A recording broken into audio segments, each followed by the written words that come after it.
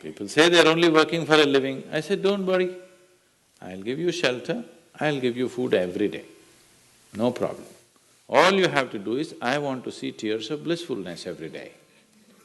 That's all the requirement. You don't have to do any work, you don't have to serve me, you don't have to produce anything, nothing. Just sit here blissfully, we'll feed you, we'll worship you. No.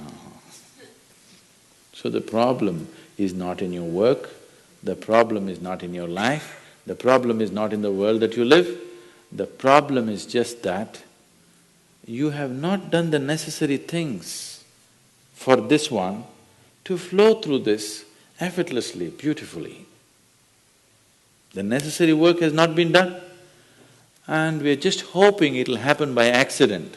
It doesn't happen by accident. Lot of people in the world think United States of America is heaven. But people who live here don't think so at all. Isn't it so? Isn't it? Lot of people in the world are dying to get an entry into the country. If you open up the southern borders, 10 million people will enter tomorrow morning because they think this is heaven.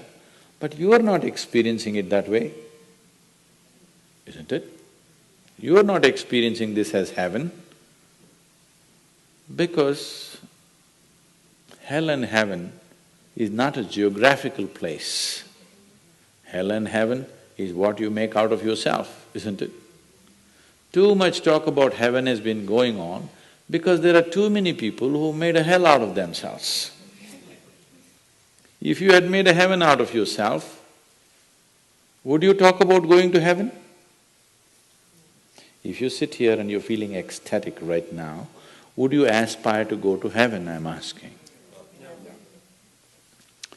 Once it happened, early 20th century,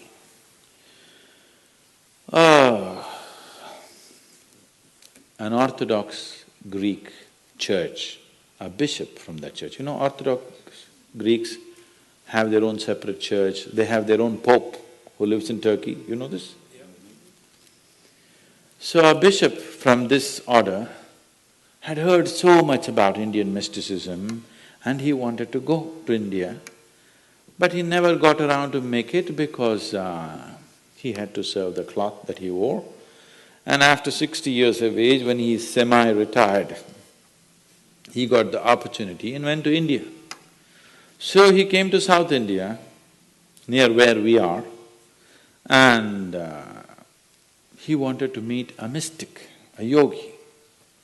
So somebody said, go up this mountain, near a cave, there is a yogi sitting, you can go.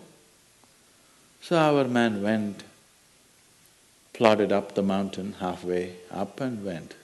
In front of a cave, an old man with a gentle smile upon his face was just sitting with his eyes closed. So the bishop went and prostrated.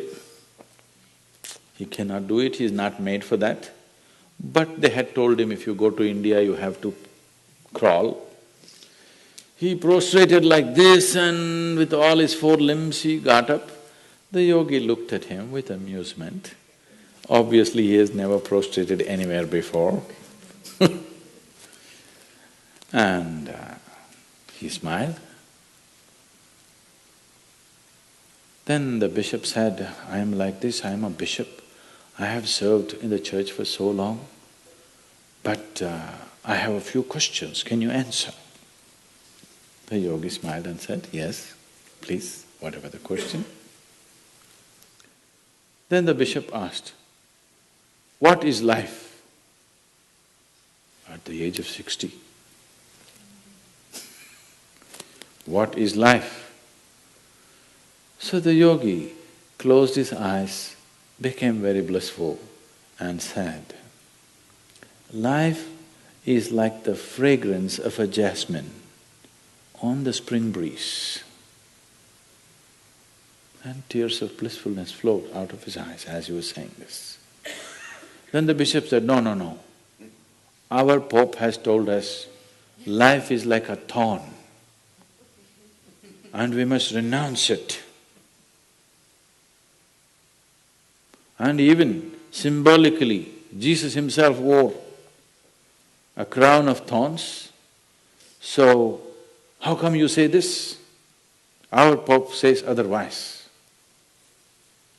The yogi looked at him, smiled and said, well, that's his life.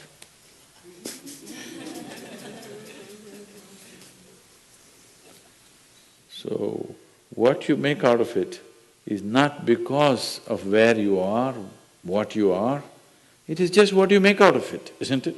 Yes.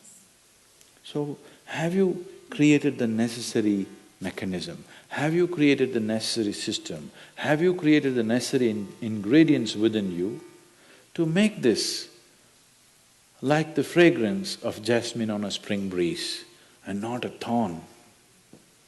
If it's a thorn, we must pluck the damn thing out, isn't it? Isn't it so?